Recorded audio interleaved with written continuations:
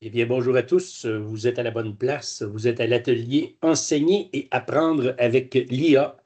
Il reste encore quelques minutes avant qu'on puisse amorcer le tout. Donc, n'hésitez pas à aller prendre nos petits verres d'eau, petite barre granola en attendant. On vous revient dans quelques minutes.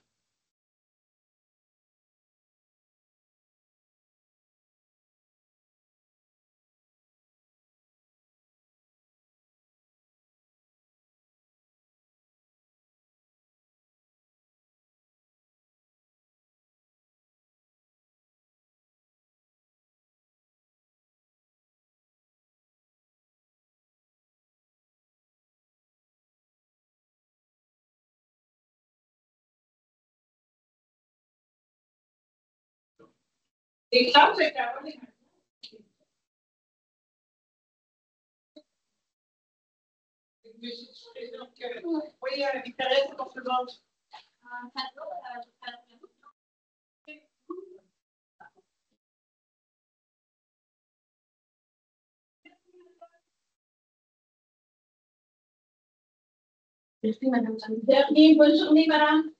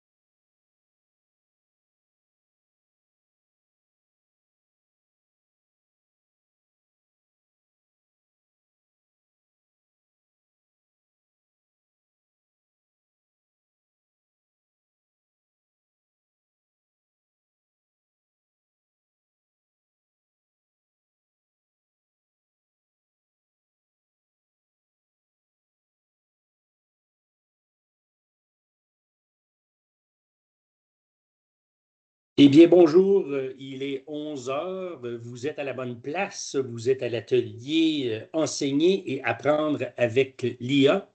Mon nom est Paul Cadieux, je suis leader pédagogique au sein de l'équipe tactique et il me fait plaisir de pouvoir vous présenter le duo qui animera la prochaine heure. Il s'agit de Christine Leduc ainsi que de Martin Parent. Christine est conseillère pédagogique dans les équipes de transformation de l'expérience de l'apprentissage et DICE, développement, innovation, créativité et engagement au CECCE, excusez, dans lequel elle a l'opportunité de creuser des questions liées à l'évaluation, les modèles d'équipe de collaboration et l'intelligence artificielle. Martin Parent, Martin, lui, est un conseiller pédagogique dans l'équipe DICE de développement, innovation, créativité et engagement au CECCE, lui également. Et il espère pouvoir partager son amour de la pédagogie et de la science de l'apprentissage avec tous les enseignants qu'il côtoie. Un sujet fort intéressant. Je suis convaincu qu'ils seront bien nous entretenir pendant la prochaine heure, car plusieurs d'entre nous, on se pose une foule de questions concernant l'IA. Qu'est-ce qu'on peut faire en enseignement et comment peut-on apprendre avec ces nouvelles choses, cette nouvelle bibite qui est l'IA. Je vous cède la parole. Merci beaucoup, Paul. Et bonjour tout le monde. Ça nous fait plaisir de vous accueillir aujourd'hui pour justement parler de l'intelligence artificielle et comment celle-ci peut s'intégrer à même notre pédagogie pour peut-être venir amplifier ou faciliter l'apprentissage. Mais comme Paul l'a si bien mentionné, mon nom, c'est Martin Parent. Je me présente avant de se lancer dans le vif du sujet. Et je suis conseiller pédagogique au CECCE et je suis présent accompagné par ma collègue Christine qui va se présenter. Oui, donc merci Paul pour la belle introduction quand même. Donc moi, je tiens juste à dire bonjour à tous, puis on est bien content de vous voir en grand nombre ici pour réfléchir à des possibilités avec l'intelligence artificielle. Alors, notre intention pour la prochaine heure et un petit peu, c'est d'explorer les façons concrètes d'aborder l'intelligence artificielle de manière éthique, sécuritaire et pédagogique. Alors, bien sûr, c'était stratégique, notre placement de mots ici. On a beaucoup de questions probablement au niveau de l'éthique, la sécurité, mais aussi de la pédagogie. Mais je pense qu'il y a certaines barrières ou obstacles à surmonter avant d'arriver à une pédagogie. Alors, on va passer à travers on va répondre à certaines de ces questions-là aujourd'hui. Nos résultats d'apprentissage, nos cibles aujourd'hui, c'est d'apprendre au sujet de l'intelligence artificielle. Alors, on va parler des bases, des fondements quand on parle d'IA. Et ceci va nous propulser, va agir comme tremplin pour parler pédagogie et intelligence artificielle. Alors, on a une première activité et puis je vais céder la parole à Christine pour débuter. Oui, donc on se lance déjà en mode un petit peu action, un petit peu réflexion. C'est vraiment pour bien mettre la table, mais on espère aussi que c'est peut-être un outil ou une activité que vous voyez des possibilités à réinvestir, soit avec vos élèves ou même avec vos collègues. Puis là, ça va être une conversation que vous allez avoir avec un agent conversationnel que nous avons programmé pour vous en lien avec ben, comment est-ce qu'on se sent par rapport à l'intelligence artificielle dans notre rôle, c'est quoi nos questions, c'est quoi nos inquiétudes ou les idées qu'on a. Donc, on est vraiment dans la facette, si on veut bien, d'apprendre au sujet de l'intelligence artificielle. Donc, ce que je vais vous inviter à faire à ce moment ici, je vais déposer la présentation dans la boîte de clavardage. Si vous cliquez sur le code QR, ça va vous amener à un hyperlien de School AI. Vous pouvez bien entendu utiliser le code QR aussi qui était affiché. Je vais juste repartager à nouveau mon écran.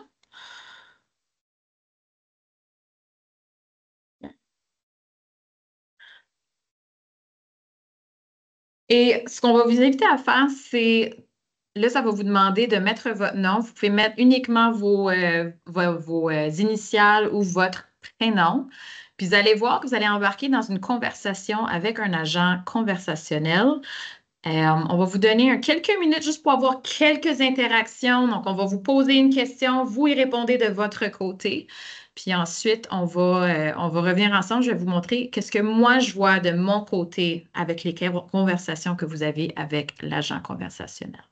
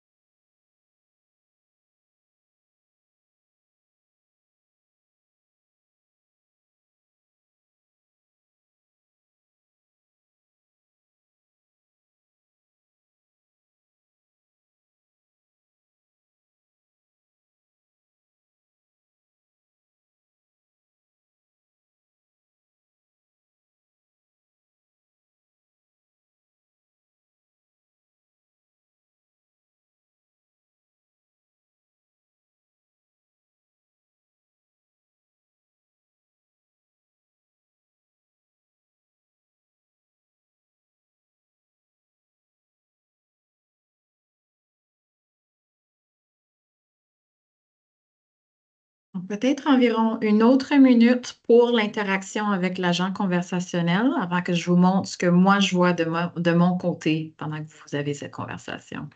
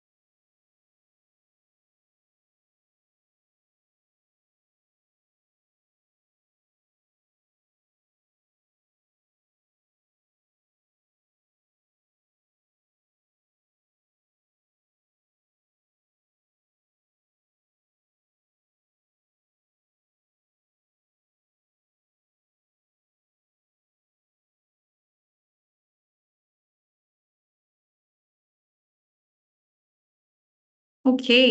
Donc, c'est certain que vous pouvez continuer à avoir la conversation. Il n'y a pas nécessairement une fin jusqu'à temps que moi, je décide de mettre fin à l'outil comme tel. Donc, c'est une conversation qui a été pré-programmée à l'avance en fonction d'une thématique, en fonction des questions qu'on souhaitait vous poser, simplement pour creuser un peu comme une diagnostic, comment est-ce qu'on se sent par rapport à l'IA dans notre rôle. Moi, j'ai un genre de tableau de bord de mon côté. Est-ce que je vois l'ensemble des conversations? Je pourrais avoir l'intégralité des conversations, mais j'ai aussi un menu à la droite qui me permet d'avoir des aperçus. On pourrait avoir, par exemple, s'il y avait un élève qui avait une difficulté quelconque ou quelqu'un qui avait une difficulté, je pourrais voir rapidement, d'un coup d'œil, le résumé de ce qui se passe à ce niveau-là. Là, je vous fais remarquer que, évidemment, le tableau de bord, comme qui est apparu en ce moment, il est en anglais. Par contre, vous avez sûrement vu que la conversation s'est entièrement déroulée en français parce que je l'ai programmé en français. Donc, c'est quand même faisable à ce niveau. Une fois que la conversation, vous jugez qu'elle est terminée, je peux télécharger les conversations dans un CSV pour avoir justement des preuves. Mais la beauté de cet outil ici, c'est vraiment d'aller chercher des conversations ou de la rétroaction des élèves de la source la plus proche, ça veut dire qui vient directement de l'élève. On pourrait s'imaginer à refaire cette activité ici aussi avec, si on veut faire un petit check-in au début de la journée pour voir comment l'élève se sent, ce qui est disposé à apprendre. Puis là, on rentre dans les conversations, puis on a des preuves à ce niveau-là aussi. C'est quand même relativement simple à programmer. Ça s'appelle School AI. On va dans l'espace pour créer un espace. Puis ensuite, c'est vraiment le bell ringer. Puis le restant, c'est vraiment juste, je programme les informations comme je veux. C'est quoi les instructions que je veux donner aux élèves? C'est quoi la description de ma classe? C'est quoi les questions spécifiques que je veux poser? Peu importe la thématique. Un des grands avantages avec cet outil ici, c'est que comme vous avez vu, ça ne nécessite pas un compte ou la création d'un compte de la part de l'élève. Donc, quand on parle au niveau de la confidentialité des données, au niveau de la sécurité des données de l'utilisateur, on n'amène pas l'élève à entrer dans la plateforme avec ses propres données. Donc, on protège ce côté-là. Puis comme vous avez vu, je vous ai amené à dire utilisez vos initiales, seulement vos prénoms. Ça, c'est quelque chose à garder en tête au niveau de comment gérer qui s'inscrit puis qui travaille là-dedans. Ça, c'est un outil juste pour mettre la table diagno aujourd'hui entre nous, mais on espère que c'est quelque chose que vous pouvez réinvestir de votre côté également. Je vois qu'on a une question, Christine. Ah oui, oui, vas-y. Oui, j'avais une question par rapport à le côté vocal. Donc, moi, j'ai plutôt essayé de communiquer avec l'AI en parlant et j'avais l'impression que mes questions ou mes commentaires n'étaient pas comprises. Est-ce que l'AI tient compte du côté de l'accent de différentes personnes qui viennent d'une région ou d'une autre qui parlent d'une certaine façon? Je dois avouer que je n'ai pas encore testé l'option vocale avec cet outil ici, donc je n'aurai pas la réponse en ce moment. L'intention de l'activité aujourd'hui, c'était au niveau de le taper, mais c'est définitivement une question qui serait intéressante à explorer au niveau de l'accessibilité puis l'option vocale aussi. Il y a peut-être des variances aussi entre la version qui n'est pas gratuite versus gratuite. Là, la version que je vous ai montrée, c'est celle qui est gratuite, qui est accessible à un plus grand nombre de personnes. Merci. OK. Et puis, juste pour ajouter à cette question-là, je vois Tania dans la boîte de clavardage qui dit l'option vocale ne fonctionnait pas pour elle. Et moi, de mon côté aussi, j'aime beaucoup essayer l'outil vocal et ça ne semble pas fonctionner pour moi non plus, où il y a plusieurs défis associés à ça. Alors, je pense que la meilleure option pour cet outil-là, particulièrement en ce moment, pour la version qu'on vous a présentée, c'est vraiment à l'écrit. Avant de se lancer un petit peu plus loin dans notre présentation, on jugeait bon de mettre la base au niveau de quelques définitions au niveau de l'intelligence artificielle. Donc, juste de mettre justement nos fondements en place. Et puis, la première définition provient justement d'un projet de loi tout frais en Ontario cette année. Et puis, c'est le système d'intelligence artificielle ou SIA. Et puis, ce SIA-là est défini comme étant un système qui est automatisé, qui fait des déductions ou des prédictions à partir d'entrées pour générer un résultat. Et puis, j'aimerais ça mettre en évidence quelques mots-clés dans la définition. Le premier, c'est déduction. Alors, derrière ces déductions-là, on a des modèles mathématiques, on a des statistiques avancées. Mais qui sont limités par le deuxième mot-clé, qui est les entrées. Alors, ces entrées-là sont faites à partir d'une banque de données qui n'est peut-être pas représentative de la population ciblée ou la population cible. Alors, un exemple de ceci, c'est si on prend notre banque de données de l'Internet, mais peut-être pas toutes les populations ont accès à l'Internet ou sont représentées de manière équitable sur l'Internet. Alors, implicitement, dans ces déductions-là, on a des biais qui peuvent s'installer. Alors, ça va être un thème récurrent dans tout ça. On a parlé de l'éthique, de la sécurité. On a vu que on a parlé de pensée critique dans la boîte de clavardage. C'est quelque chose sur lequel on va miser beaucoup, puis on vous invite à miser sur la pensée critique quand on voit des résultats d'intelligence artificielle pour cette raison qu'on vient de spécifier. On pourrait parler longtemps de définition avec ce monde qui se révèle en intelligence artificielle, mais on vous en présente, on se limite à deux autres. Le prochain, c'est la définition de co-intelligence. Puis c'est vraiment l'idée que l'IA et l'humain ont chacun leur force. Alors, comme qu'on a vu avec l'IA, la rapidité de la synthèse d'informations et la génération d'idées rapides, c'est vraiment une de ses forces. Cependant, l'être humain, notre force, puis ce qu'on essaie de développer chez nos élèves tout à travers leur parcours, c'est vraiment la pensée critique, le questionnement, la réflexion. Alors, la co-intelligence fait référence à cette collaboration-là en prenant compte de nos forces, chacun de nos côtés. Alors, si jamais on veut le présenter au personnel enseignant ou peut-être même à nos élèves, de vraiment miser sur cette idée-là que l'IA a ses forces puis peut faciliter notre travail. Cependant, on doit miser sur nos forces et développer nos compétences aussi. Et puis, de ce terme-ci de co-intelligence découle la prochaine définition qui est l'humain dans la boucle.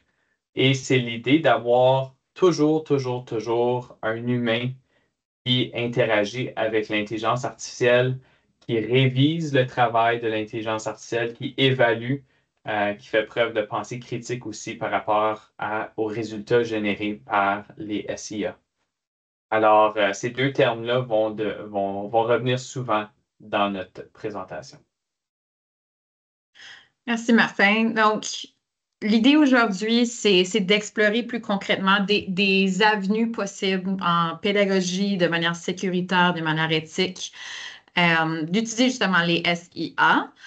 Puis les SIA peuvent influencer l'ensemble de notre pratique professionnelle. Ça peut être au niveau de la gestion du curriculum quand on pense à la planification de l'apprentissage et de l'évaluation. Ça peut être au niveau de la gestion de classe. Ça peut être au niveau de la gestion de l'enseignement et de l'apprentissage. Ça peut venir toucher aussi la gestion de l'évaluation.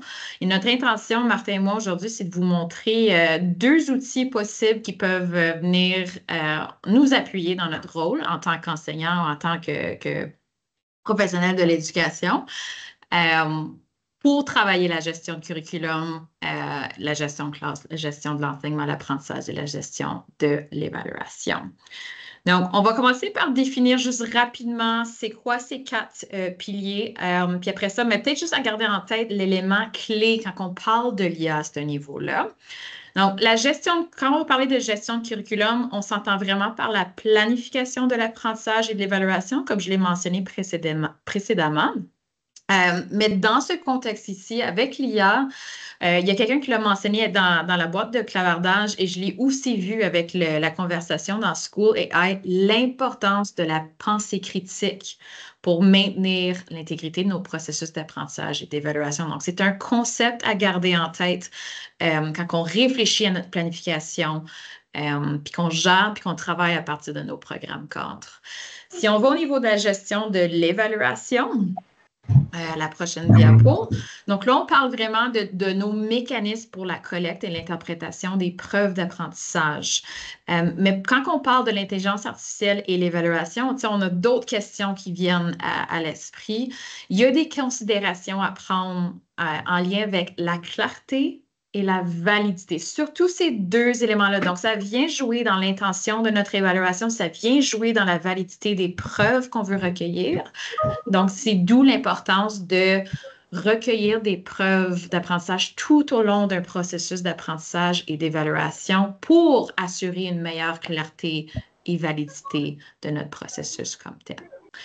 Donc, on va vous présenter un outil vous avez l'hyperlien qui est dans la présentation. C'est une manière de à la fois analyser, décortiquer un programme cadre de votre choix jusqu'à se poser certaines questions au niveau de l'évaluation. Mais j'attire quand même votre attention à la note qui est à la diapositive. Ça va être la même chose avec l'outil qu'on va vous présenter plus tard en lien avec les autres piliers. L'outil qui est devant vous et auquel vous avez accès, c'est un outil qui a été créé dans le cadre du projet Initiative du Cavelfo. La version que vous avez aujourd'hui, ce n'est pas la version finale. Il y a un lancement qui est prévu officiellement en 2025. Donc, ça se peut qu'il y ait quelques modifications la prochaine fois que vous voyez cet outil comme tel. Mais on va se plonger. Je vais présenter mon écran, Martin, encore une fois, juste pour faire la petite marche à suivre, puis vous montrer de quoi ça ressemble de notre côté.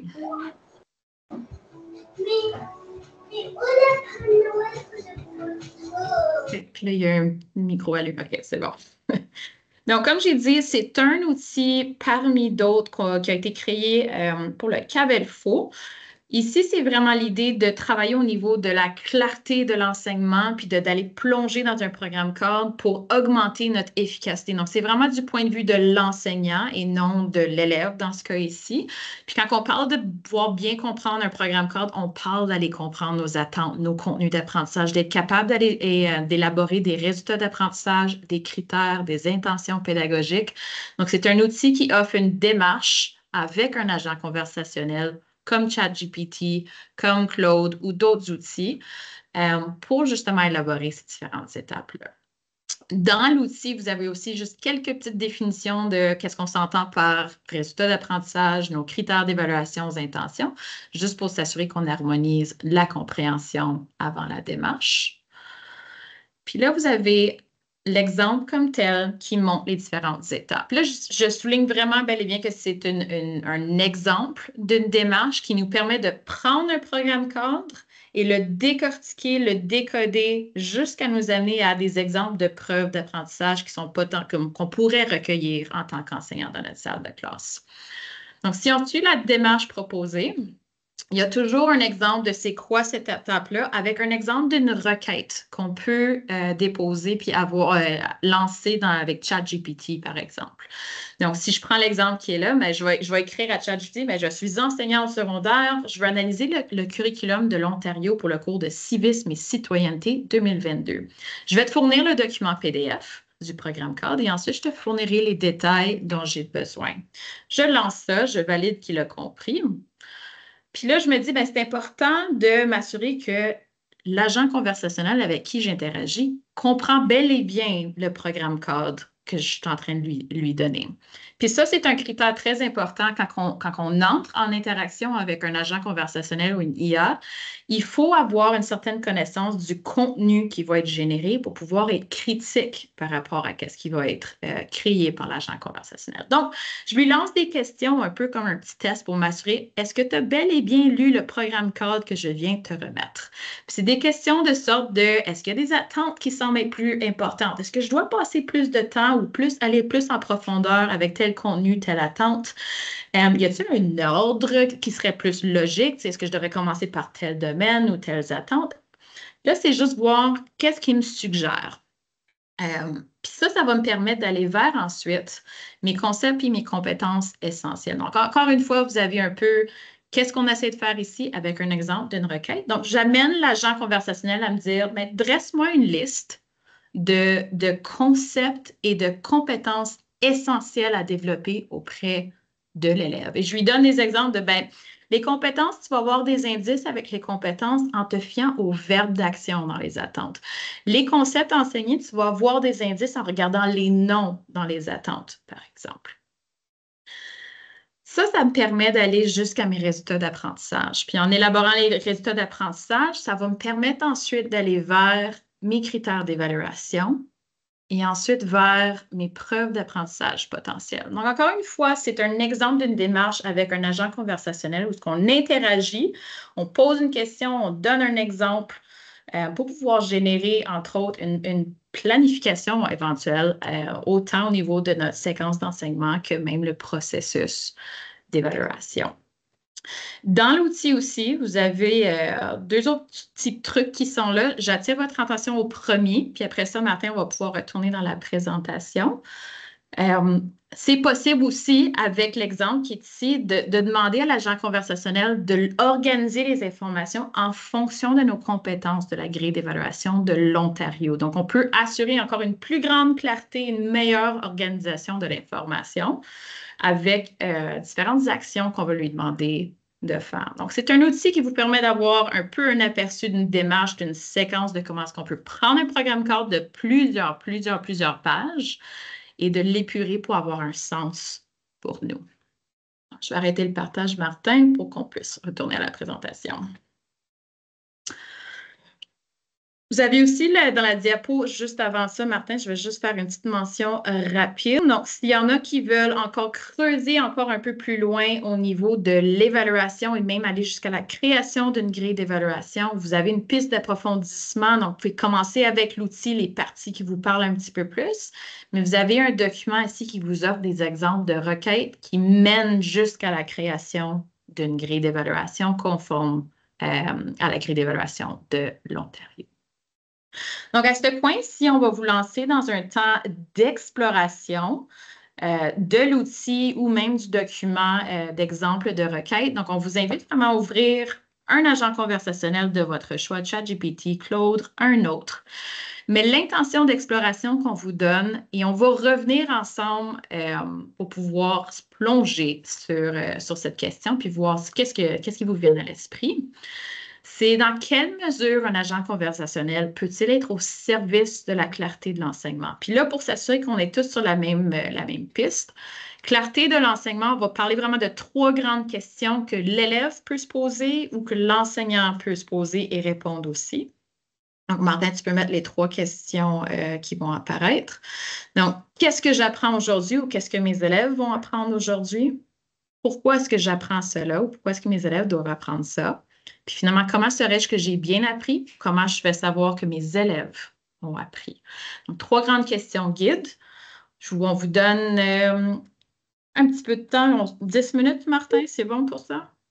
10 minutes d'exploration. Commencez là où ce que bon vous semble à commencer. Un outil à explorer dans ChatGPT ou un autre équivalent. 10 minutes pour ça avec l'intention d'exploration.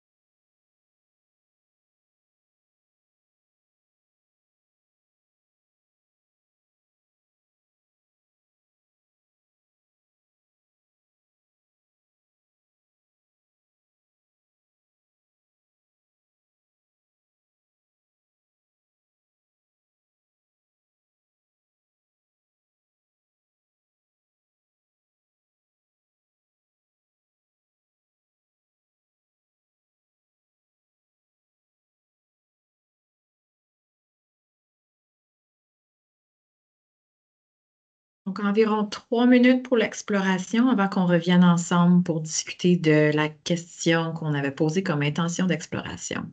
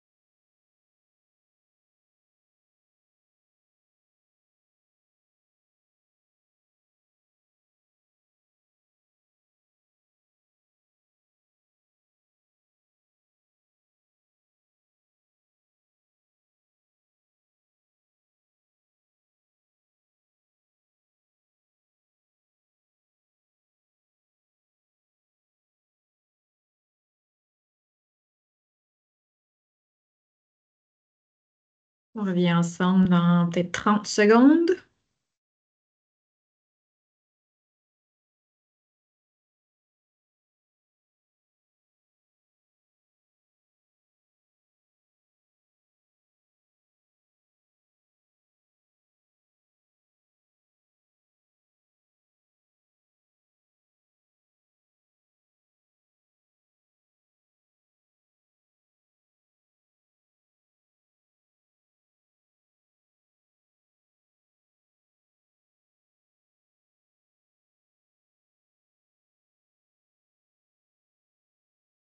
Donc, on sait que on est peut-être parti sur une lancée avec une conversation avec un agent conversationnel de votre choix, mais sachez que c'est quelque chose qu'on espère que vous allez pouvoir réinvestir et continuer de votre côté. On va vous inviter à vous prononcer soit dans la boîte de clavardage ou s'il y a peut-être une ou deux personnes qui aimeraient prendre le micro en levant la main pour juste nous partager qu'est-ce qui vous vient à l'esprit quand on vous a posé la question dans quelle mesure un agent conversationnel peut-il être au service de la clarté de l'enseignement? On aimerait bien entendre ou lire ce qui mijote dans vos têtes par rapport à cette question.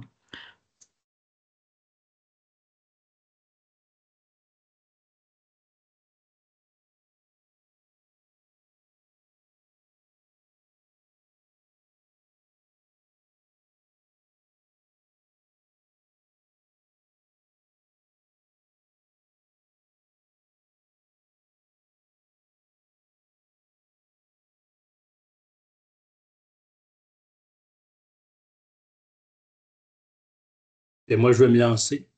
Vas-y, Paul.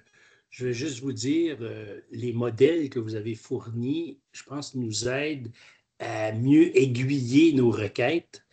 Et puis, on peut voir la puissance de l'agent conversationnel qu'on utilise.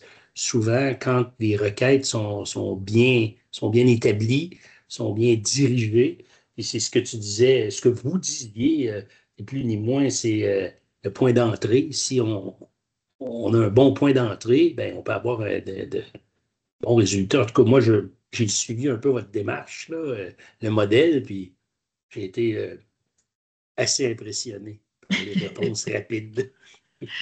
Merci, Paul. Donc, oui, il y a quand même un aspect de quand on est outillé puis habilité à bien construire une requête, habituellement, ce que ça va générer comme résultat, ça va être de meilleure qualité aussi. Donc, il y a ce côté-là que si nous-mêmes, on travaille notre clarté auprès de l'agent conversationnel, le résultat devrait être encore plus clair. S'il n'y a pas d'autres commentaires ou d'interventions, on va pouvoir poursuivre, Martin, avec les prochains piliers de notre planification et notre enseignement. Merci, Christine. Puis si jamais vous avez d'autres idées ou peu importe, sentez-vous à l'aise de le partager dans la boîte de clavardage ou de lever la main. Mais justement, pour faire du pouce sur ce que Paul et Christine mentionnaient par rapport à la puissance de ces outils-là, puis la limite souvent étant nous-mêmes ou notre communication. Alors, souvent, dans mes requêtes, lorsque j'y arrivais pas à avoir le produit que je souhaitais voir, c'est souvent en n'étant pas assez clair moi-même. Donc, il faut vraiment prendre l'IA, ces agents conversationnels-là, comme un bon ami, mais qui n'est pas très connaissant, qui n'est pas dans le monde de l'éducation. Alors, de spécifier notre rôle, d'être très, très, très explicite par rapport à ce qu'on recherche et de ne pas prendre pour acquis qu'il sait c'est quoi un résultat d'apprentissage ou un critère d'évaluation. Il faut les définir, ces termes-là, comme qu'on le fait dans la démarche, là.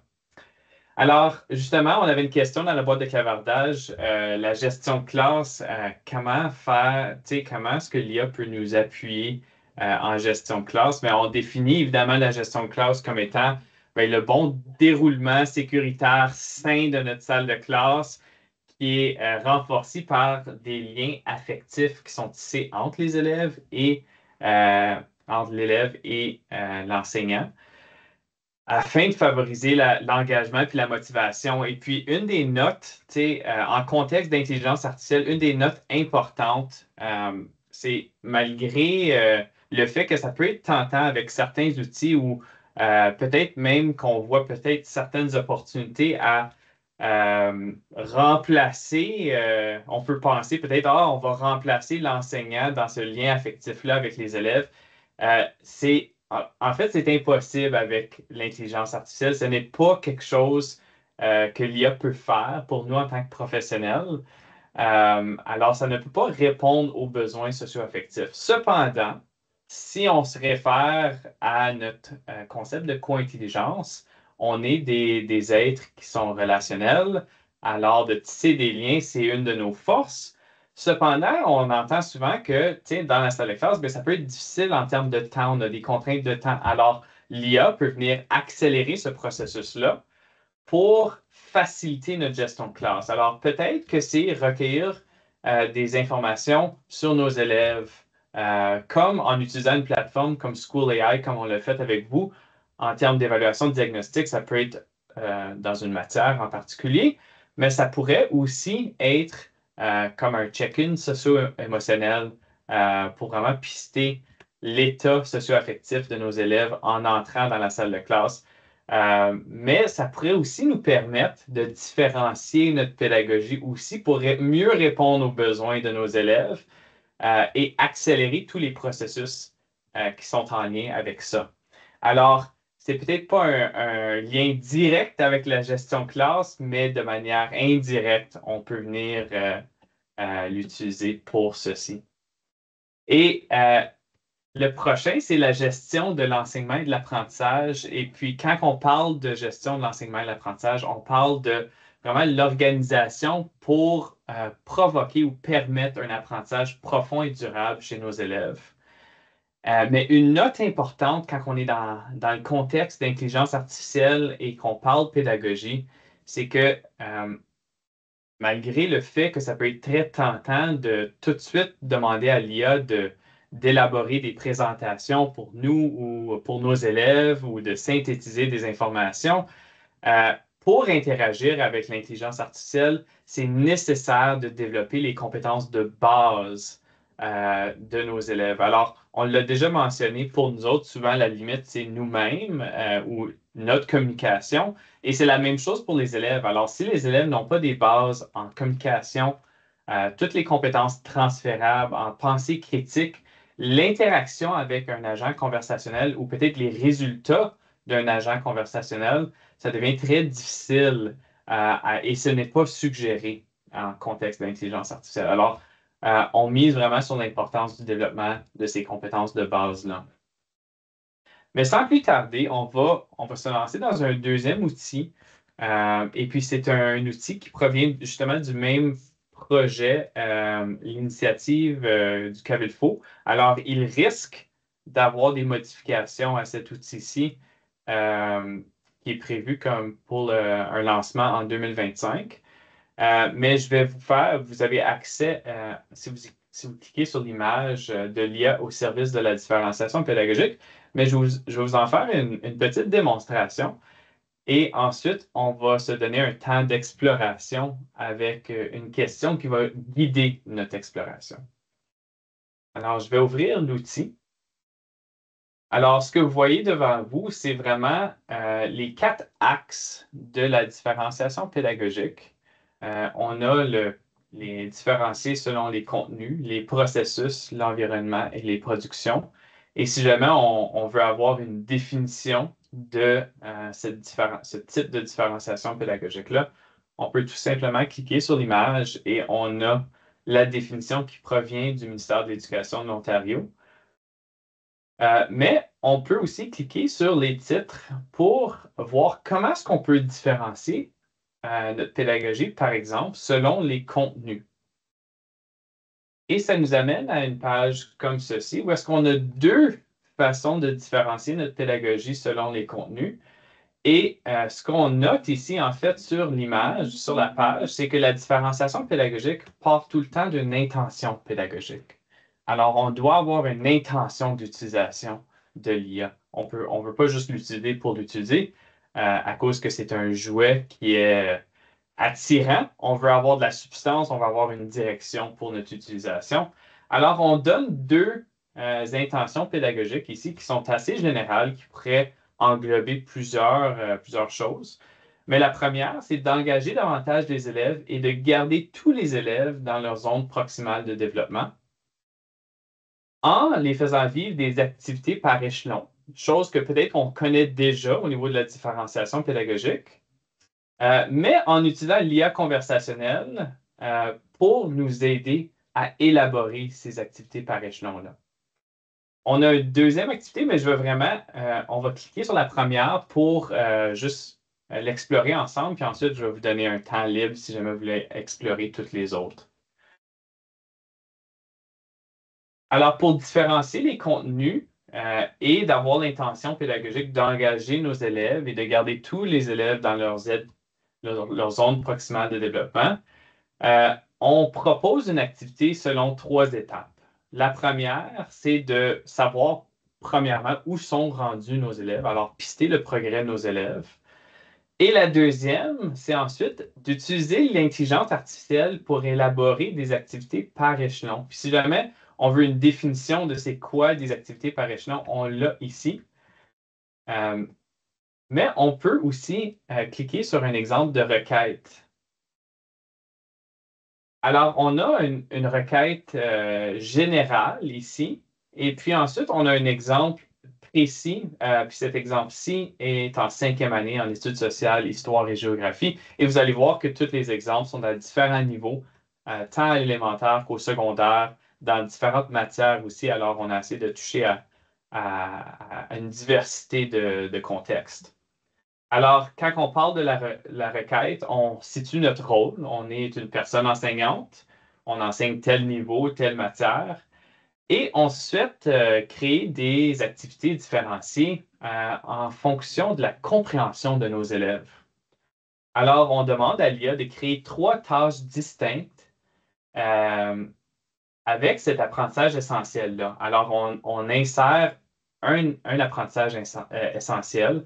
Ça peut être un résultat d'apprentissage spécifique, mais on l'insère à même notre requête. Et puis là, on définit quels sont les 3 échelons. Alors, comme j'ai dit, l'IA, c'est comme un bon ami, mais qui n'est pas très connaissant en éducation. Alors, une activité par échelon, peut-être qu'on ne connaît pas c'est quoi. Alors, on définit les 3 niveaux. Alors, on augmente de complexité à chaque échelon. Mais vous avez toujours un exemple ici en études sociales. Et puis, ça, c'est en utilisant ChatGPT.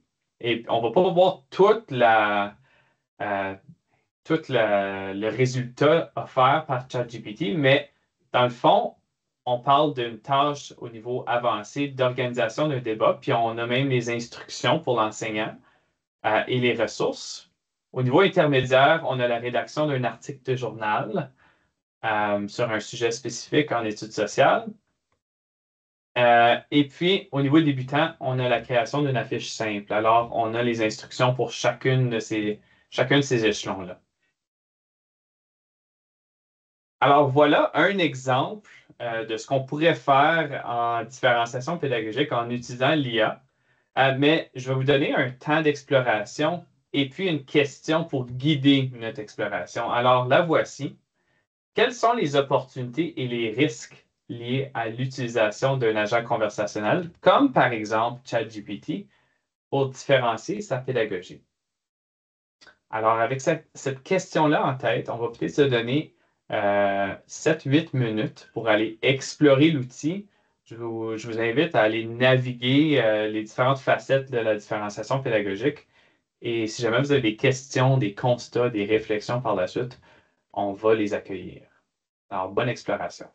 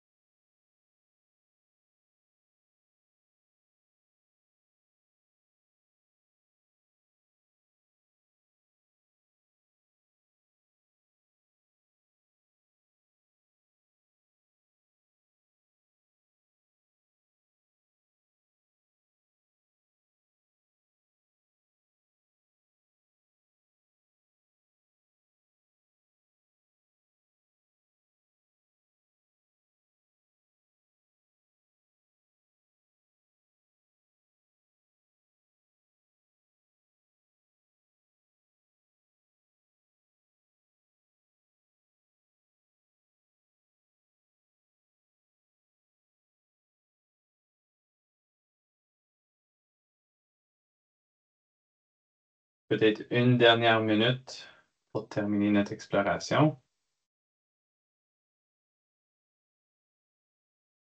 Sentez-vous bien à l'aise. Je viens d'avoir un texte disant qu'on peut aller, on peut prendre un petit peu plus de temps.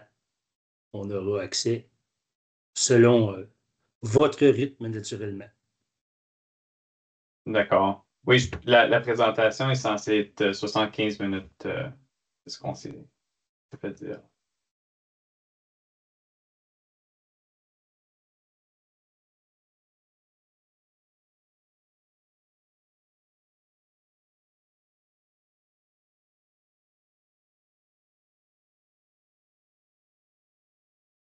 Jusqu'à 12h30 notre temps. Et Christine.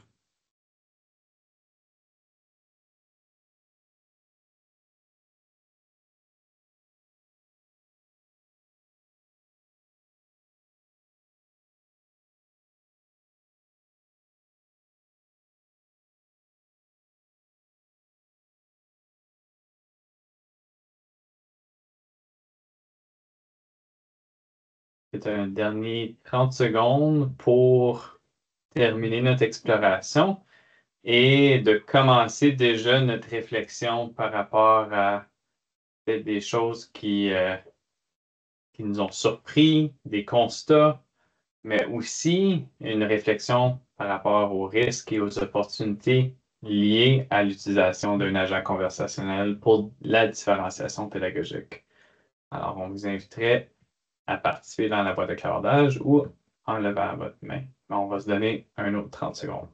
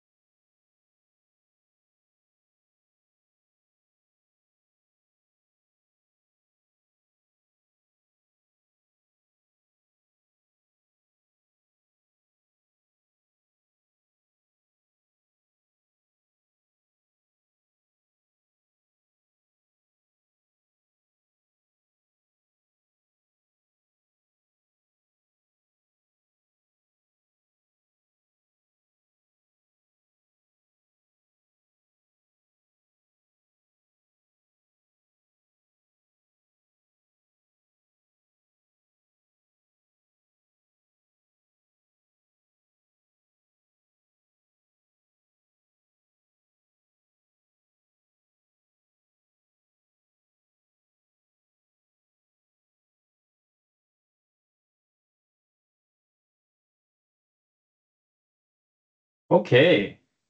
Alors, on va revenir en grand groupe.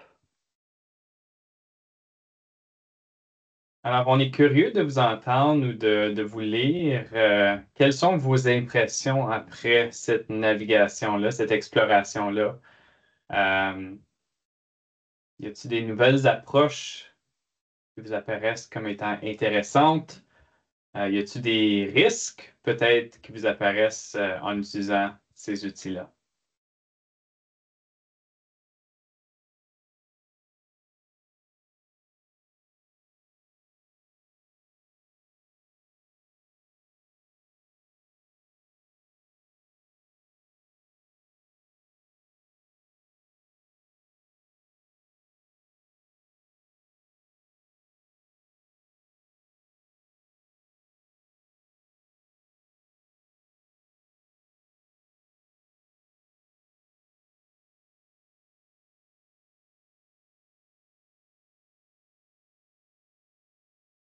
Alors, ce sont des grosses questions.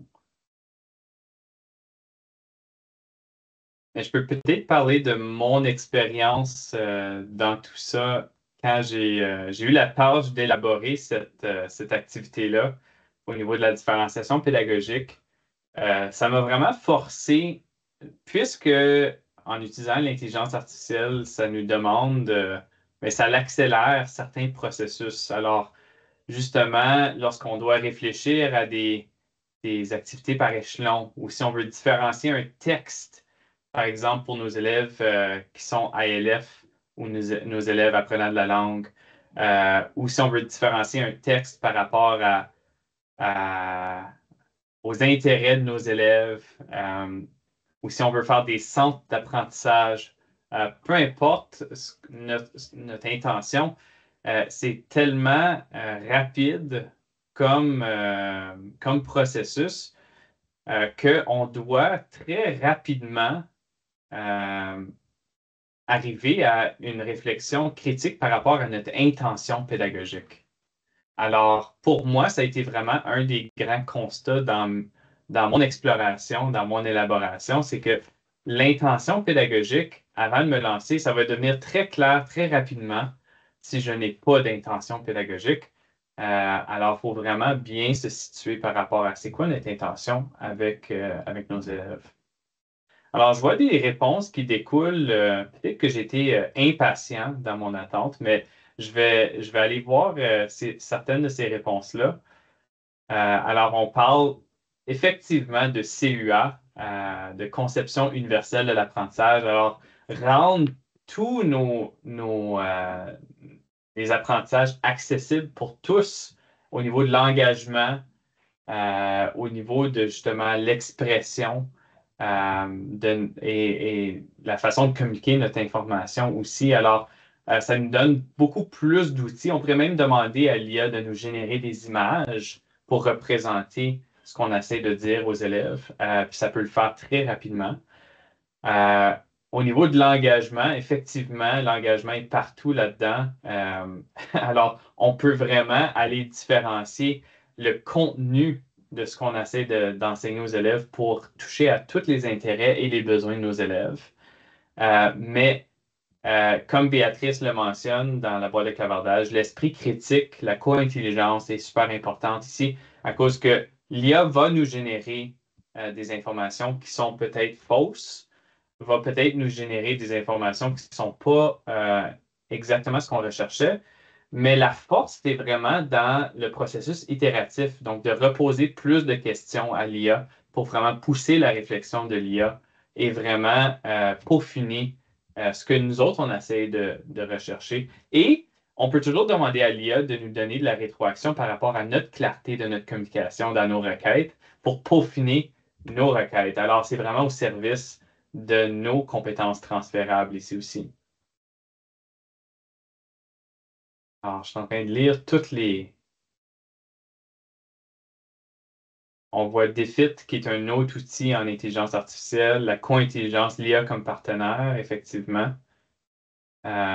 Mais oui, on parle ici, Nabila parle de vérifier le contenu. Et puis, on a même certains enseignants qui ont tenté justement de générer des informations avec l'IA comme contenu pour leurs élèves. Et on a vu ce qu'on appelle des hallucinations, donc la création de contenu qui était complètement faux. Alors, l'IA va faire ça dans un manque d'informations. L'IA va générer du contenu par rapport à sa banque de données, même si c'est faux. Alors, il faut toujours vérifier le contenu qui est produit par l'IA. Alors, merci pour votre engagement, merci pour votre participation. On aimerait clore avec l'idée d'approcher l'IA en 3 étapes en tant que professionnel en éducation, mais aussi avec nos élèves. Alors, la première étape, puis ça provient vraiment du document de l'UNESCO au sujet de l'éducation et de l'IA. C'est des recommandations qui proviennent du document de l'UNESCO qui a été produit en 2022, je crois, par rapport à l'IA en éducation. Et puis, on propose justement 3 grandes étapes pour aborder l'IA. Et la première, c'est de se préparer à l'IA. Et quand on parle de préparation à l'IA, que ce soit pour les enseignants ou pour les élèves, on doit développer nos compétences de base. Alors, au niveau des enseignants, on parle d'une bonne pédagogie solide avant d'utiliser l'intelligence artificielle. Alors, si on ne sait pas comment élaborer un bon critère d'évaluation, un critère de réussite ou faire une bonne grille ou différencier notre pratique pédagogique, bien, ça va être difficile d'utiliser l'IA à bon escient pour ceci. Alors, il faut se préparer. Du côté des élèves, bien, si on n'a pas des bonnes bases de compétences au niveau de la communication, au niveau de la pensée critique, au niveau des compétences de base en numératie, en littératie, etc., ça va être très difficile de, premièrement, critiquer les résultats de l'IA, mais aussi de bien utiliser l'IA de manière responsable. Ensuite, une fois qu'on s'est préparé à l'IA, ben, c'est important d'apprendre au sujet de l'IA. Quel est cet outil-là avec lequel on commence la collaboration? C'est quoi les forces? C'est quoi les faiblesses de l'outil? C'est quoi nos forces? C'est quoi nos défis? Et comment est-ce qu'on peut l'utiliser de manière éthique et sécuritaire? Et puis là, ensuite, finalement, se lancer dans l'enseignement et l'apprentissage avec l'IA une fois ces deux premières étapes-là sont réussies. Alors, c'est vraiment les conclusions qu'on tire à la suite de cette exploration-là. On vous dit un grand merci pour votre engagement et puis on demeure, Christine et moi, ouverts à des questions ou des conversations à la suite de tout ça. Alors, merci beaucoup. Un grand merci pour votre présence en grand nombre. Puis, comme Martin l'a dit, ça va nous faire plaisir de rester avec vous jusqu'à la fin pour répondre à vos questions s'il y a des questions. Justine, Martin, je vais reprendre la parole pour vous remercier au nom de l'équipe tactique puis tous ceux qui étaient là. On a été, à un moment donné, 73 personnes, je crois. Vous avez suscité, de la façon dont vous avez bâti votre atelier, là, on a été actifs. On a eu la chance de pouvoir explorer, réagir. Votre objectif a été vraiment atteint parce que je suis convaincu que plusieurs personnes pourront utiliser votre présentation, votre atelier, des pistes, aller explorer peut-être l'IA de façon peut-être différente, le voir sous un angle différent grâce à ce que vous nous avez fait explorer. Les angles sont très, très, très importants dans lesquels on l'aborde et puis on veut travailler avec l'IA. Puis je retiens que l'IA, on n'a pas le choix. C'est là depuis pas longtemps, mais il faut que ça devienne un allié. Mais il faut, comme vous dites, il faut se préparer, il faut l'apprendre, puis ça va changer dans 2, 3 mois, 6 mois. Ça va peut-être être encore différent. Merci énormément. Je place dans le clavardage, ni plus ni moins, le formulaire de rétroaction. Gênez-vous pas de le remplir, c'est pour nous aider. On a encore quelques minutes si jamais il y avait des questions dans le clavardage ou quelqu'un qui veut prendre la parole pour vous poser des questions. Moi, je tiens sincèrement à vous féliciter et vous remercier. C'est sincère ce que je vous dis là. Bravo, vous avez atteint l'objectif. Merci beaucoup, Paul. C'est un plaisir à nous d'être ici avec tout le monde. Peut-être qu'on pourrait avoir une partie 2 éventuellement, parce que comme moi, je vais aller explorer suite à votre atelier, c'est certain. Il va falloir nous booker, Paul. Ouais. Ah, regarde, je vois Mylène qui s'ajoute au groupe. Oui. Là. Mylène, elle va être notre lien, sûrement.